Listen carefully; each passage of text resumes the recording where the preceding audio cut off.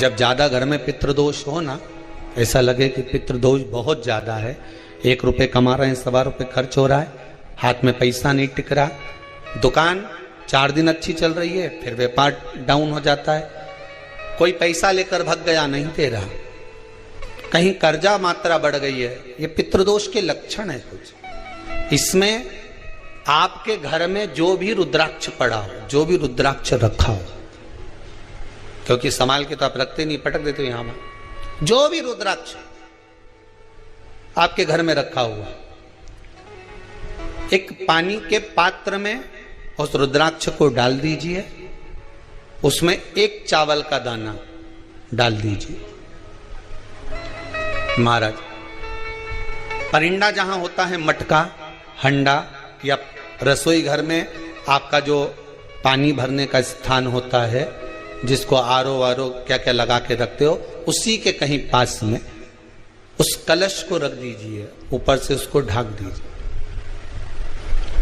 शाम के समय, सुबह रखा 10 बजे से 12 बजे के बीच में, शाम के समय प्रदोष काल में भगवान शंकर का नाम स्मरण कर कर, ओम नमः शिवाय बोलकर, श्री शिवाय नमस्तुभ्यम बोलकर, या महामृत्युंजय मंत्र का स्मरण कर कर, या गायत्री मंत्र का स्मरण कर कर, जो मंत्र आपकी बुद्धि में, विवेक में समाहित हो, उस मंत्र का नाम लेकर राम कृष्ण हरि जो बोल सकते हो, एक घी का दिया अवश्य प्रज्वलित करें, लंबी बाती का। कौन सी बाती का? फूल बत्ती का नहीं, गोल बत्ती का नहीं, लंबी बाती का। बत्ती का मुख दक्षिण की ओर, कहां पर होना चाहिए? दक्षिण की ओर,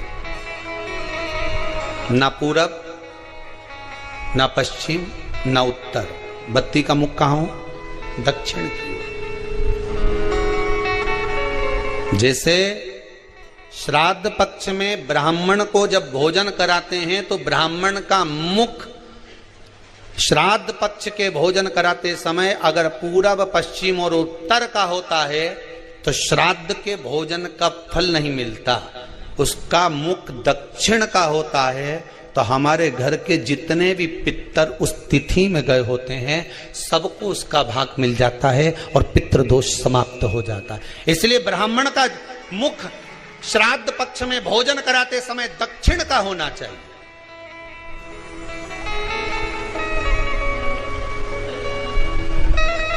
ब्राह्मण का मुख दक्षिण का हो।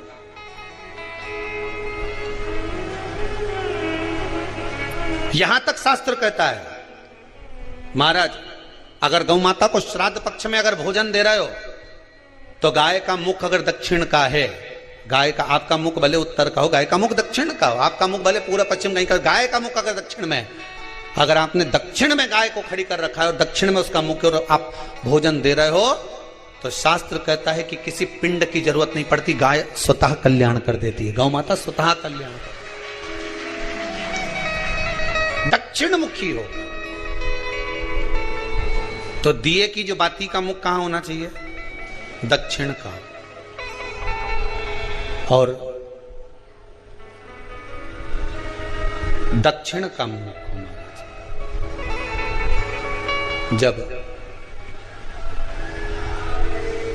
जब दक्षिण का मुख हो, दक्षिण की ओर बाती हो महाराज, तब दक्षिण की बाती जलाने के बाद में भगवान से वहीं पर प्रार्थना करें।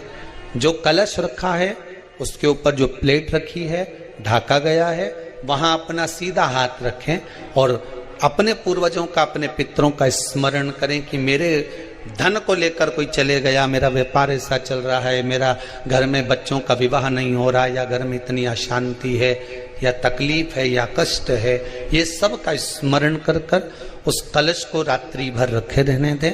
सुबह स्नान आदि करने के बाद फिर एक घी का दिया दक्षिण की ओर लगाकर सुबह 10 बजे से 12 बजे के बीच में उस जल को शिव जी को समर्पित कर कर आ जाएं और वो रुद्राक्ष लेकर वापिस सजाएं। महाराज वापिस सजाएं, उस रुद्राक्ष को अपने घर में रख दीजिए। वर्ष भर वो रुद्राक्ष आपको कभी बीमारी से नहीं घिरने देगा, कभी किसी जगह खड्डे में नहीं जाने देगा, वो उन्नति की ओर ही बढ़ाएगा। भले कोई भी रुद्राक्ष हो, 1 मुखी से लेकर 14 मुखी, 20 मुखी, 18 मुखी, जो रुद्राक्ष आपके पास में, आप तो उसका स्मरण करिए, आप उसका स्मरण करें।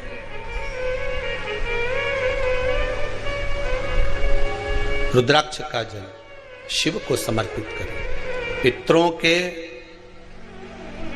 जितने भी द्वार हैं, पितरों के जितने भी दरवाजे हैं, पितृलोक में जितने भी पितृ विराजमान होते हैं महाराज, ये सब शंकर के ऊपर चढ़े हुए जल का भाग ग्रहण करते हैं। शिव के ऊपर चढ़ाओ, मिर्च चढ़ती हो, सारे वृक्षों की पत्तियां चढ़ती हों, सब तरह के पुष्प चढ़ते हों, दुर्वा भी चढ़ती हो, बेलपत्र भी चढ़ता हो, आँख का पुष्प भी चढ़ता हो, धतूरा भी चढ़ता हो, जिसको भांग आदि भी चढ़ती हो, तुलसी की मंजरी भी चढ़ती हो। तुलसी की मंजरी भी शंकर को चढ़ती, तुलसी का दल नहीं, मंजरी वो भी चढ़ती। 33 कोटि देवताओं में कोई ऐसा देवता बताओ, संपूर्ण सामग्री भगवान केवल एक है, देव अधिदेव महादेव, जिनको काली तिल भी चढ़ रही है, काली मिर्च भी चढ़ रही है, जिनको संपूर्ण सामग्री भगवान शिव को समर्पित हो रही, संपूर्ण यहां तक राई, सरसों, राई के दाने तक भगवान शंकर को चढ़ते हैं। 1.25 लाख दाने का प्रमाण है महाराज शंकर जी को समर्पित करने का। सरसों चढ़ती, राई चढ़ती महाराज, पुष्प, बेलपत्र, दुर्वा, जगह जगह के पुष्प शिव को समर्पित होते हैं। जब शंकर भगवान को जल चढ़ाया जाता है 16 श्राद्ध पक्ष में, 16 दिन श्राद्ध के जब हम भगवान शंकर को जल समर्पित करते हैं तो उसका भाग हमारे पितरों को प्राप्त होता है।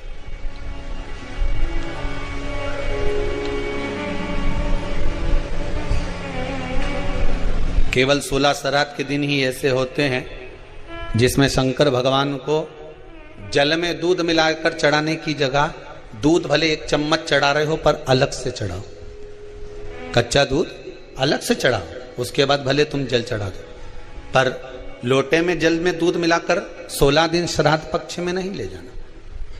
भले 1 चम्मच दूध लेकर जाओ, 1 कटोरी दूध लेकर जाओ, पर कच्चा दूध अलग से लेकर जाओ, शंकर भगवान को अलग से चढ़ाओ, क्योंकि 16 दिन श्राद्ध पक्ष के जब भगवान शंकर को दूध और जल चढ़ाया जाता है, वो हमारे पितरों के खाते में चला जाता है, हमारे पितरों को उसका भाग मिलता है। इसलिए शंकर भगवान को कच्चा दूध भी चढ़ाओ तो पानी में मिलाकर नहीं, एक अलग से 1 चम्मच ले जाओ, भले फिर शिव जी को चढ़ा दो, भले एक छोटा सा कटोरी में ले गए चढ़ा दिया, जल ले गए चढ़ा दिया, वो हमारे पूर्वजों को प्राप्त होता है, वो हमारे पूर्वजों को प्राप्त होता है। ब्राह्मण को भोजन कराते समय नहीं बनाई जाती, एक तो कुमड़ा, दूसरा पत्ता गोभी, जो बंद गोभी होती है ना, वो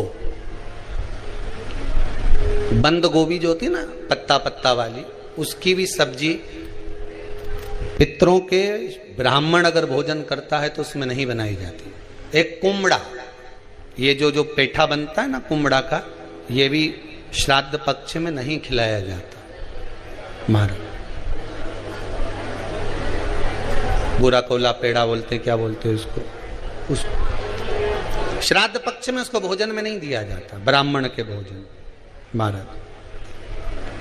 ब्राह्मण के भोजन में श्राद्ध पक्ष में सबसे ज्यादा जरूरी है दूध की खीर, दूसरा तुरई या गिलकी का भोजन, या तो सब्जी बनाओ या भजिया बनाओ, कुछ भी बनाओ। तीसरा मांस की दाल का भोजन, उड़द की दाल का भोजन, उड़द की दाल का या तो दही बड़ा बना लो, इमरती बना लो, या फिर बड़ा बना लो, या पकोड़ा बना लो, पर उसका भोजन होना जरूरी है।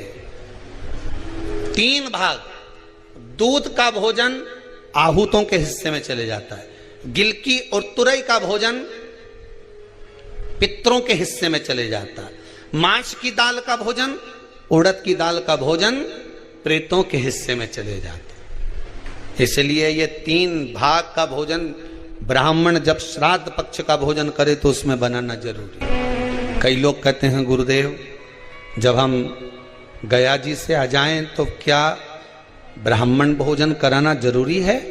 क्यों नहीं कराओ, क्यों नहीं करा?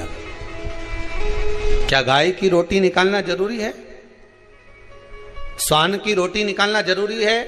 कौवे की रोटी निकालना जरूरी है?